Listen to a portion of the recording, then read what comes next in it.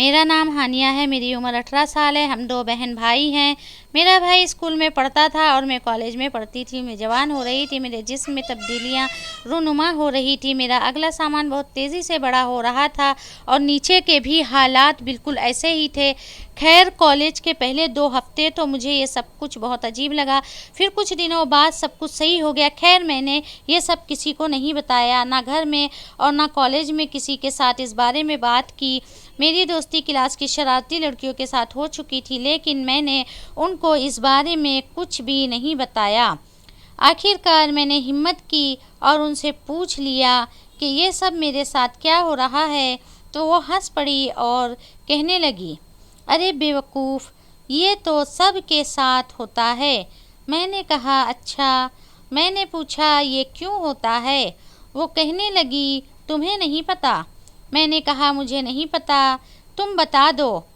تو اس نے کہا کہ اب تم بالغ ہو گئی ہو، تم نے نوٹ کیا ہوگا کہ تمہارا سامان بہت بڑا ہو گیا ہے۔ میں نے شرما کر کہا ہاں ایسا ہی ہے۔ میری دوستی کیونکہ ان سے کافی گہری ہو چکی تھی، اب ہم ایک دوسرے سے اپنی پرسنل لائف بھی شیئر کرنا شروع ہو گئے تھے۔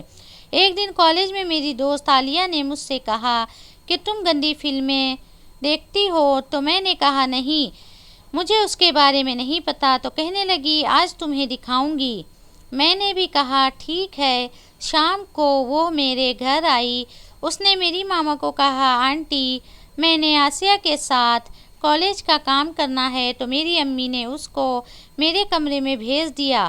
اس نے دروازہ کا لاک لگایا اور کہنے لگی آ جاؤ تمہیں فلم دکھاؤں۔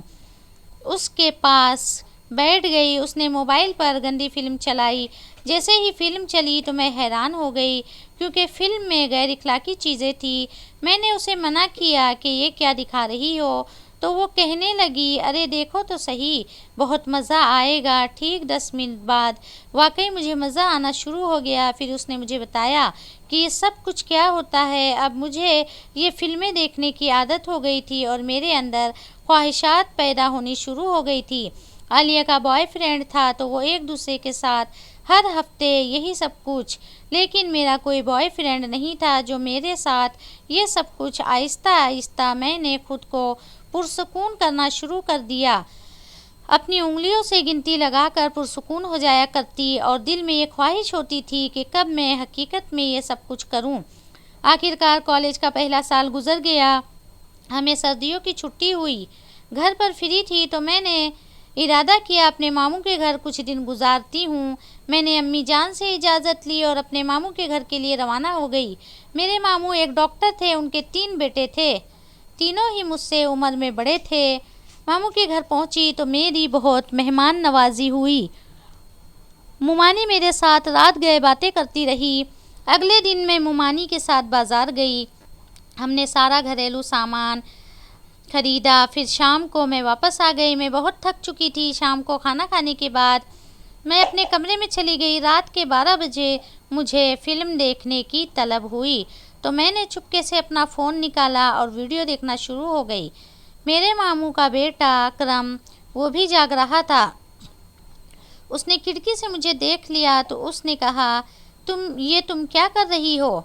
میں یہ سن کر پریشان ہو گئی اور اکرم کو کہا کہ پلیز یہ جو تم نے دیکھا ہے کسی کو مت بتانا۔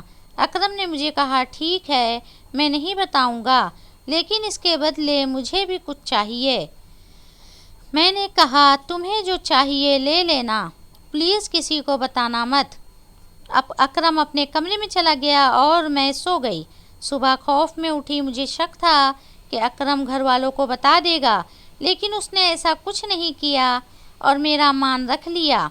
اگلے دن ماموں اور مومانی جان کسی دوست کی شادی پر جانا تھا، وہ شام کو 8 بجے گھر سے چلے گئے، کہا کہ ہمیں لوٹنے میں صبح ہو سکتی ہے۔ ماموں کا چھوٹا بیٹا شادی پر ساتھ ہی گیا، بس اکرم اور اصغر گھر پر تھے۔ ہم تینوں کزن لوڈو کھیلنے لگ گئے۔ تقریباً 1 گھنٹہ ہم نے لوڈو کھیلی، اس کے بعد اصغر اپنے کمرے میں چلا گیا۔ مجھے پیاس لگ رہی ہے تو میں اٹھی اور کچن میں پانی لینے کے لیے گئی۔ میں کچن میں پہنچی ہوں تو پیچھے سے اکرم دبے پاؤں آیا اور مجھے کس کے گلے لگا لیا۔ میں نے کہا کیا کروں، ایک ایسی حرکت ہے۔ اگر میں زور سے کرواتے ہوئے کہا، آپ نے ہی تو کہا تھا جو چاہو مانگ لو۔ میں اس کا ارادہ سمجھ گئی۔ میں نے کہا، اکرم یہ نہیں ہو سکتا، لیکن اکرم ماننے کو تیار نہیں تھا۔ اب اکرم کا مجھے صاف طور پر اپنے ساتھ محسوس ہو رہا تھا۔ اگر تم نے مجھے نہیں چھوڑا اور اپنی ضد پر اڑا رہا تو میں نے کہا، ٹھیک ہے اکرم، کیونکہ مجھے بھی اچھا احساس ہونا شروع ہو گیا تھا اور جو میں چاہتی تھی وہ حقیقت اپنانے والا تھا۔ اب اکرم نے میرا ہاتھ پکڑا اور مجھے اپنے کمرے میں لے گیا۔ اکرم نے کنڈی لگا دی اور پھر وہ ہو گیا جس کی مجھے برسوں سے طلب تھی۔ میں نے اکرم کی خواہش بھی پوری کر دی اور اپنے احساسات کو بھی حقیقت کا روپ دے دیا اور کسی کو پتہ بھی نہیں لگا۔